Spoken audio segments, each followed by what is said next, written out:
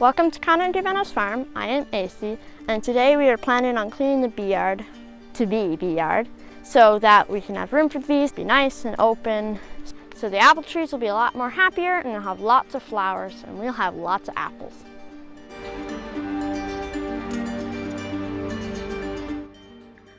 This is a before picture. By the time I had one of the kids take this, I had completely forgotten that we'd already cleaned half of the area. This is an after picture, just to show you how much we cleaned and to show you out into the field and how it's all open now. Here we're coming with the quad. We had chipped some of the chips earlier in the season and we had left them further back in the apple orchard. So now we're just kind of spreading them around this area. We're trying to prevent the weeds from coming up since this is where the bee boxes will be sitting. We've got cinder blocks for the bee boxes to sit on. Bee boxes need to be level, so at all times you'll see that we are using a level to make sure that they are level. That's why we are taking such great pains. The nice thing with using the wood chips is that we were able to easily put under the amount to make sure that we were exactly level with all of the boxes. AC is just finishing up the purple box here, and now we're moving on to getting level for the next box. And again, it's nice, we just move the chips around, flatten it all out, get the boxes on, and we're almost complete and ready for our bees to arrive.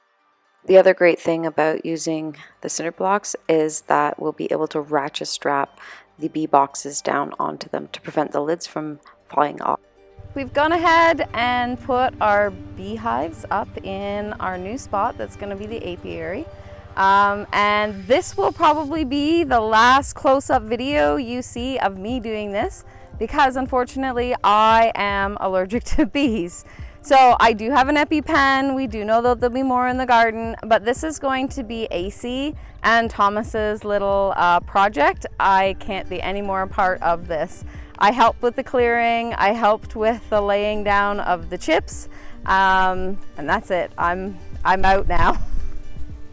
This is the area we had worked on clearing in the last little while here, and the kids had painted the bee boxes, and they're sitting on cinder blocks and ratchet strap down. One, it'll help with the wind, and two, hopefully it'll help with any pests coming through. We may in the future put an electric fence around this area. We're just going to wait and see how it goes. We do have fencing from other animals that we could quickly bring over here if we needed to and set up a little solar unit.